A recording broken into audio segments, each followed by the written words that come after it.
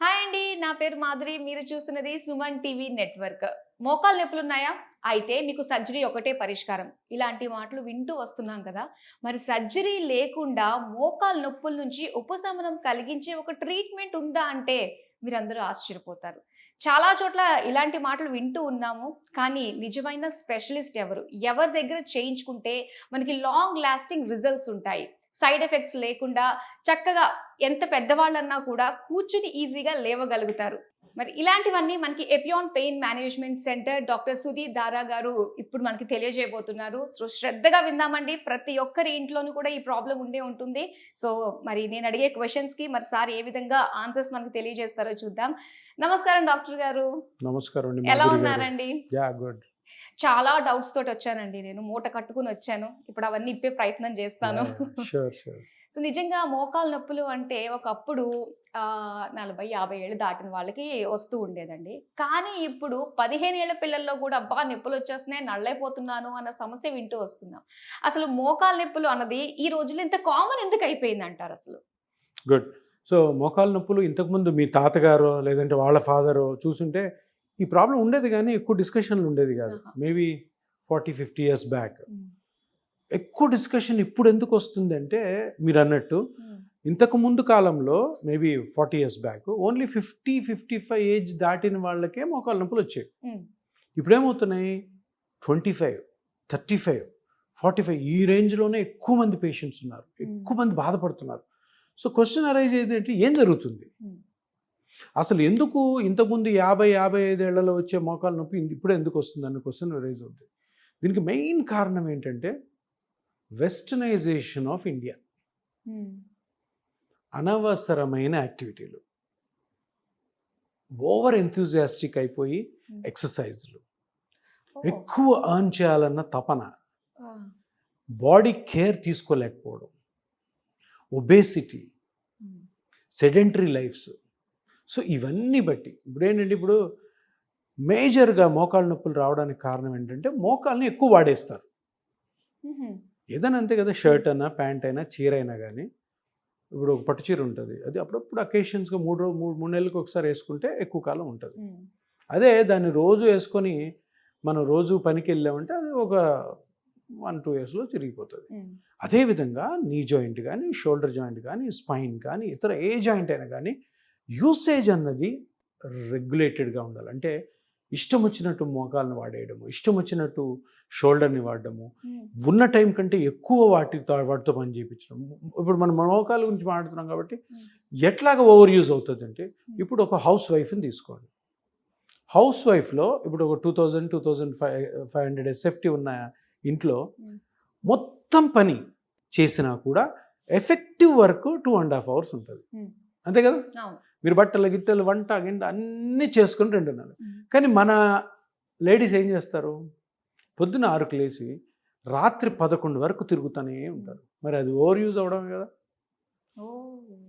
KBR పార్క్కి వెళ్ళండి, ఆ! అక్కడ ఒక 600 మంది రోజుకి కిలోమీటర్లు తిరుగుతుంటారు. హ్మ్.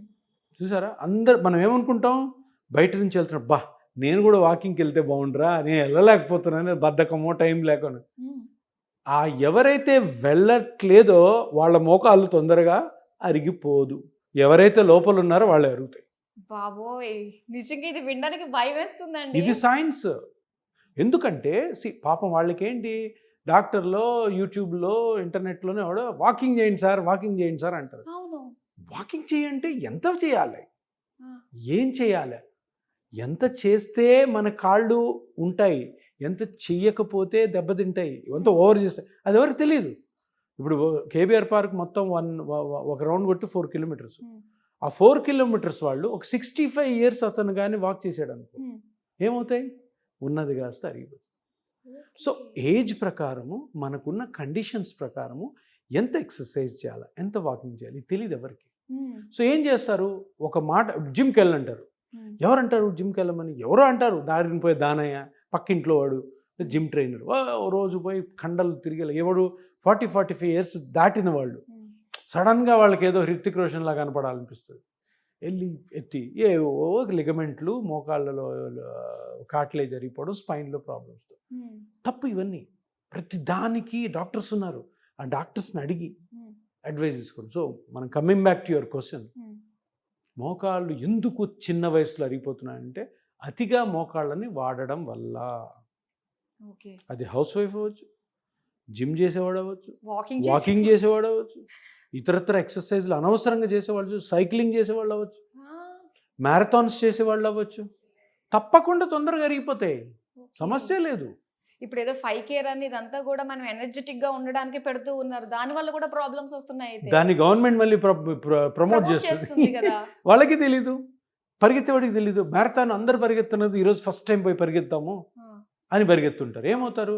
అలవాట్లేని జాబు, ఇతరులు ఇంక అందరూ పరిగెత్తి ఏదో ఒక లిగమెంట్ కట్ అయి ఉంటుంది, మళ్ళీ డాక్టర్ దగ్గర పరిగెత్తారు.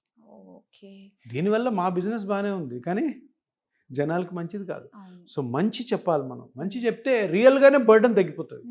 ఇంతమంది మోకాలతో బాధపడాల్సిన అవసరం లేదు, ఇంతమంది మోకాల కోసం ప్రతి హాస్పిటల్ తిరగాల్సిన అవసరం లేదు. ఇప్పుడు ప్రతి కార్పొరేట్ హాస్పిటల్లో ఒక రోజులో 80% ఓపీ, 80% కొత్త ఓపీ వచ్చే వాళ్ళందరూ మోకాళ్ళు అరిగిపోయిన వాళ్ళే. అది జబ్బు కూడా కాదు. అరే జబ్బు లేకుండా డాక్టర్ దగ్గరికి ఎందుకు వెళ్తున్నారు? అరగ తీసుకొని వెళ్తున్నారు, తెలియక. ఈ అవేర్నెస్ క్రియేట్ చేయాలి. సో రీజన్స్ అన్నవి కూడా ఓవర్ యూజ్ ఆఫ్ నీ joints is the reason for knee joint pains. ఇప్పుడు ఓకే, చేయకూడదు, జాగ్రత్తగా చూసుకున్నాం అన్నది సెకండరీ పక్కన పెట్టేస్తే, సో ఎవరైతే మోకాళ్ళ నొప్పులతో బాధపడుతున్నారో సో వాళ్ళకి డాక్టర్స్ ఏంటంటే ఇంకా సర్జరీ చేయించుకుంటేనే మీరు లేచి నడవగలుగుతారు అని చెప్పేసి అంటూ ఉన్నారు. సో దానికి మనకి ఆల్టర్నేట్ ఎటువంటి సర్జరీ లేకుండా అని చెప్పేసి మనం చెప్తూ ఉన్నాం. సో దీని గురించి తెలుసుకోవాలండి. ఇప్పుడు మోకాళ్ళు సరే మనం ఎంత మాట్లాడుకున్నా కానీ జనాలందరినీ మార్చలేము. కొంతమంది వేరే వేరే కండిషన్స్ వల్ల వాకింగ్ చేయాలి, జాబ్ ఉంటుంది. ఇప్పుడు వాచ్మెన్ ఉన్నాడు, పాపం నిలబడి ఉండాలా, ట్రాఫిక్ కానిస్టేబుల్ ఉన్నాడు, నిలబడి ఉండాలా, టీచర్స్ ఉన్నారు, 8 hours నిలబడి టీచ్ చేస్తేనే జీతం ఇస్తారు. వాళ్ళకి చైర్ కూడా వేయరాళ్ళు. ఎవరు? అడ్మినిస్ట్రేషన్ చైర్ వేయకూడదు, తెలుసా కదా మీకు? చైర్ వేస్తే పనిష్మెంట్, కూర్చోకూడదు, నిలబడి చెప్పాలి.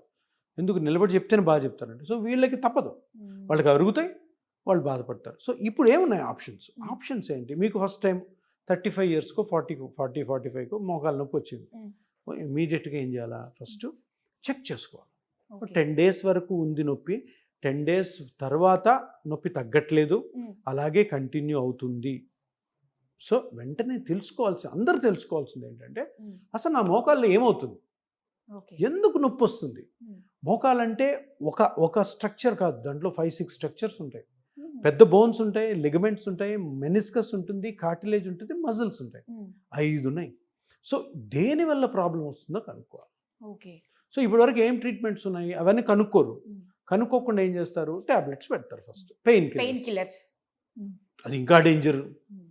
అందరూ ఏమనుకుంటారు? పాపం చదువుకున్న వాళ్ళు కూడా ఆ పెయిన్ కిల్లర్స్ వాడుకుంటా ఉంటే కంట్రోల్ వేసుకుంటే బాగుంటుంది. కానీ తెలియని విషయం ఏంటి? లోపల డ్యామేజ్ని పెయిన్ కిల్లర్స్ అరికట్టవు, లోపల ఉన్న డ్యామేజ్ని కరెక్ట్ చేయవు. సో ఏమవుతుంది? మీరు అడిక్ట్ అవుతారు పెయిన్ కిల్లర్స్కి. పెయిన్ కిల్లర్స్ మీరు అడిక్ట్ అయిన తర్వాత అది కిడ్నీ మీద కానీ లివర్ మీద కానీ ఎఫెక్ట్ చేస్తుంది.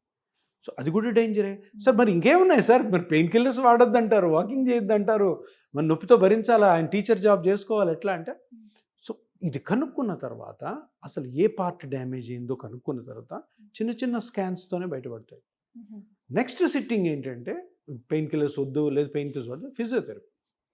ఫిజియోథెరపీ అంటే ఏంటి? ఎక్సర్సైజ్. ఇక్కడ పాయింట్ ఏంటి? ఫిజియోథెరపీ కూడాను మోకాలులో రూట్ కాజ్ని కరెక్ట్ చేయకుండా దాన్ని ఫిజియోథెరపీ చేస్తే నొప్పి ఎక్కువ అవుతుంది, అంతే కదా? ఇప్పుడు ఏదో డ్యామేజ్ అయిన పట్టుకొని లాగాం, ఇట్లా స్ట్రెచ్ చేసాం, ఫోల్డ్ చేసాం. సో ఫిజియోథెరపీ కూడా అన్లెస్ మీకు లోపల ఏ ప్రాబ్లం ఉందో తెలియకుండా చేసినా కూడా డేంజర్. సరే సార్ ఇది కూడా లేదు, మరి ఇంకేముంది అంటే ఏమీ లేదు. ఫస్ట్ ఆఫ్ ఆల్ మోకాల్లో జరుగుతున్న డ్యామేజ్ని కనుక్కోవాలి. అది ఎక్కడ డ్యామేజ్ అయింది? లిగమెంటా, మజిలా, బోనా, కార్టిలేజా? అది కనుక్కున్న తర్వాత కొత్త సైంటిఫిక్ ఆర్టికల్స్ ఏం చెప్తాయంటే ఆ పార్ట్ని ఏదైతే దెబ్బతినిందో ఆ పార్ట్ని మళ్ళీ రీజనరేట్ చేయొచ్చు. బయట నుంచి మెడికేషన్ ద్వారానా? పేషెంట్ ఓన్ బ్లడ్తో. ఓకే. సో ఏంటి సార్ ఇది ఎట్లా ఉంది? ఇది లేటెస్ట్ సైన్స్ ఏం చెప్తా అంటే, బాస్ నీ మోకాల్లో నొప్పి ఏదైతే వచ్చిందో అది జబ్బు కాదు. జబ్బు అంటారు కానీ ఏముంది? ఆ చిన్న కార్టిలేజ్, చిన్న పార్ట్లో అరిగి ఉంటుంది. మొత్తం మోకాలంతా ఎప్పుడు చెడిపోదు, ఎవరికి చెడిపోదు, ఓహో. మోకాలు మొత్తం చెడిపోదు. అందుకని మోకాలు మొత్తానికి ట్రీట్మెంట్ అవసరం లేదు. ఆ. స్కానింగ్ చేసుకొని 99% కేసెస్లో కార్టిలేజ్ అరిగి ఉంటుంది. ఆ కార్టిలేజ్ అరగడం వల్ల బోన్ రబ్ అవుతుంది, ఓకే. బోన్ దగ్గరికి వస్తుంది. రెండు బోన్స్ మధ్యలో కార్టిలేజ్ కరెక్ట్గా ఉంటే ఫ్రీగా ఉంటుంది. పరిగెత్తు, దుంకు ప్లస్ ఏమైనా చేయి. ఆ కార్టిలేజ్ అరిగిపోతే రెండు ఎముకల దగ్గరికి వచ్చి రాసుకుంటాం. అదే జిగురు అంటాం కదా. జిగురు అంటాం, గమ్ అంటాం. సో ఆ కార్టిలేజ్ అరిగిన దాన్ని కనుక్కొని అది ఎక్కడైతే అరిగిందో చూసుకొని దాన్ని మెజర్ చేసుకొని మీ బ్లడ్లోని ఓన్ సెల్స్తోనే, మీ బ్లడ్లో ప్లేట్లెట్స్ ఉంటాయి, ప్లేట్లెట్స్ మీద గ్రోత్ ఫ్యాక్టర్స్ ఉంటాయి. ఆ గ్రోత్ ఫ్యాక్టర్స్ కానీ ఇంజెక్ట్ చేస్తే అదే కార్టిలేజ్ని పెంచుతుంది. దాని అంతటా మళ్ళీ గ్రో అవుతుంది. ఓకే. దీనికి ఏంటి సార్ ఎట్లా గ్రో అవుతుంది సార్? చాలామంది అంటుంటారు, చాలామంది డాక్టర్లు కూడా అంటారు, మరి పేషెంట్ బ్లడ్డే కదా, పేషెంట్ బ్లడ్ బాడీలో తిరుగుతుంటే అదే పోయి ట్రీట్ చేసుకోవచ్చు కదా, నువ్వు బయటికి తీసి అవును కదా. దాన్ని మళ్ళీ నువ్వు ఏదో చేసి ఎక్కిస్తావంటే ఇది నమ్మొద్దు కదండి. ఏంటంటే ఇప్పుడు అసలు బ్లడ్లోని సెల్సే కార్టిలేజ్ని, గుజ్జుని ఎలా పెంచుతాయి? ఇది డౌట్ అందరికీ. ఎలా పెంచుతాయి అంటే, ఇప్పుడు మీకు ఇక్కడ చిన్నగా గుచ్చాను, బ్లడ్ వస్తుంది, పిన్నిస్ తీసుకుని గుచ్చాను, ఏం చేస్తారు? ఇట్లా పెట్టి ఒత్తుతారు. ఒత్తితే ఏమవుతుంది? ఆగిపోతుంది. ఎందుకు ఆగుతుంది? అసలు బ్లడ్ ఎందుకు వస్తుంది? నేను గుచ్చాను, గుచ్చితే బ్లడ్ ఎందుకు వస్తుంది? జస్ట్ మొత్తం బ్లడ్ ఫ్లో అవుతూ ఉంటుంది కాబట్టి. ఎక్కడ ఫ్లో అవుతుంది? నరాల ద్వారా ఫ్లో. నరాలు కాదు, ఆర్టరీస్, వీన్స్ అంటాం. Veins, blood vessels. Blood vessels ఏంటి? పైపులు. పైపుకి బొక్క పెట్టాం, లీక్ అవుతుంది. లీక్ అవుతుంది. మీ ఇంట్లో పైపు బొక్కపడింది అనుకో, ఇట్లా గట్టిగా ఒత్తితే పోతుందా? ఆగిపోద్దా? అక్కడ ఆగదు, ఇక్కడ ఆగుతుంది. ఎందుకు ఆగుతుంది? ఇది పైపే, అది పైపే, దీంట్లో బ్లడ్, దాంట్లో వాటర్. ఎందుకు ఆగుతుంది? సెల్ఫ్ రిపేర్ ఉంటుంది. ఎగ్జాక్ట్లీ. సో సెల్ఫ్ రిపేర్ అంటే ఏంటంటే, బ్లడ్లో ప్లేట్లెట్స్ ఉంటాయి కదా, ఇలా ఎక్కడైనా ఇంజరీ అయినప్పుడు కొన్ని లక్షల ప్లేట్లెట్లు అక్కడికి వచ్చేస్తాయి. ఓకే. వచ్చి దట్ హోల్ ఏదైతే ఉందో దాన్ని ఇమీడియట్గా హీల్ చేస్తాయి, ఇమీడియట్గా, with in seconds. Okay. Mystery లాగా ఉంది కదా. సో ఇది ఈ ప్రాపర్టీనే తీసుకొని, ఇప్పుడు మీ దగ్గర మీకు మోకాలు అరిగిపోయింది అనుకోండి, 20 ml బ్లడ్ తీసుకొని దాన్ని ప్రాసెస్ చేసి ఈ 20 ml నుంచి 1 ml పిఆర్పి తీసుకుంటాం. ఆ 1 ml ఏముంటుంది తెలుసా? కొన్ని లక్షల ప్లేట్లెట్లు ఉంటాయి, లాక్స్ ఆఫ్ ప్లేట్లెట్స్. ఆ ప్లేట్లెట్స్ ఆ 1 ccలో తీసుకెళ్ళి ఆ కార్టిలేజ్ ఎక్కడైతే అరిగిందో అక్కడ కానీ వదిలేమనుకో, ఇమీడియట్గా రిపేర్ ప్రాసెస్ స్టార్ట్ అవుతుంది. మరి ఇక్కడ రిపేర్ అయింది, అక్కడ రిపేర్ అవుతుంది కదా. ఇక్కడ రిపేర్ అవ్వాలంటే ప్లేట్లెట్స్ అన్నీ దగ్గరకు వచ్చి చిన్న హోల్ కాబట్టి అది సరిపోతుంది. కానీ ఇక్కడ డ్యామేజ్ పెద్దగా ఉంటుంది. ఆ పెద్దగా ఉన్న డ్యామేజ్ కోసము ఎక్కువ ప్లేట్లెట్స్ కావాలి. ఆ ప్లేట్లెట్స్ అని మనం ల్యాబ్లో తయారు చేస్తాం, చేసి ఇమీడియట్గా వదులుతాం. సో అది కార్టిలేజ్ రీగ్రో చేస్తుంది. సో ఇది next treatment, the best treatment. ఎందుకు? చిన్న ఇంజెక్షన్తో అయిపోయింది. తర్వాత సర్జరీ ఉంది, అది తర్వాత సంగతి. ఎందుకు? ఎప్పుడు కూడాను ప్రతి మెడికల్ బుక్లో రాసేది, సర్జరీకి వెళ్ళే ముందు ఇవన్నీ కూడా కరెక్ట్ పద్ధతిలో వాడి అప్పుడు కాకపోతే సర్జరీకి వెళ్ళాలి. ఇప్పుడు నేను చెప్పిన జాగ్రత్తలు తీసుకుంటూ కరెక్ట్ ప్లేస్లో, కరెక్ట్ డాక్టర్ దగ్గర, కరెక్ట్ హాస్పిటల్లో పిఆర్పి చేసుకుంటే సర్జరీకి వెళ్ళే ఛాన్సెస్ తగ్గిపోతాయి. ఓకే. నిజంగా చాలా మందికి డౌట్ ఉంటుంది, ఒక్కటే పరిష్కారం సర్జరీ అనుకున్న వాళ్ళకి నిజంగా ఇదొక చక్కటి అద్భుతమైన ఒక రిలీఫ్ అన్నట్టుగానే చెప్పాలి, మంచి ఆల్టర్నేట్. సో చాలా మందికి ఉన్న కన్ఫ్యూజన్స్, డౌట్స్ని అన్నిటినీ కూడా క్లారిఫై చేసినందుకు థ్యాంక్ యూ సో మచ్ అండి. Thank you. నమస్తే.